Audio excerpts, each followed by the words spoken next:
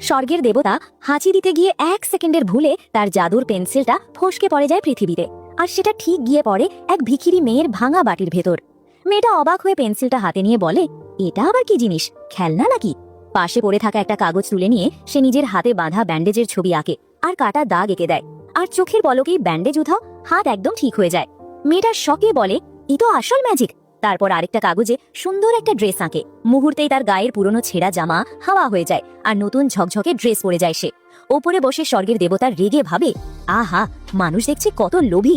এখানেই শেষ না, মেয়েটা আবার একটা বাড়ির ছবি আঁকে আর ধপাস করে তার সামনে সত্যিকারের একটা বাড়ি হাজির হয়। আনন্দে লাফাতে লাফাতে সে দৌড়ে গিয়ে বাড়ির ভেতরে ঢুকে পড়ে।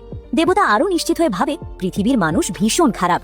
কিন্তু ঠিক তখনই বাইরে এক মেয়ের চিৎকার শুনে সে দৌড়ে বেরিয়ে এসে দেখে এক লোক মেয়েটির পেটে ছুরি ঢুকিয়ে দিয়েছে আর মেয়েটা রাস্তায় লুটিয়ে পড়ে। চারদিকে নিস্তব্ধতা, সবাই জমে গেছে। তখন পেন্সিলওয়ালি মেয়েটা 1 সেকেন্ড না ভেবে কাগজে একটা হার্টবিট লাইন আঁকে আর সাথে সাথেই বিপ বিপ শব্দে মেয়েটার শ্বাস নিতে শুরু করে। চোখ খুলে উঠে বসে।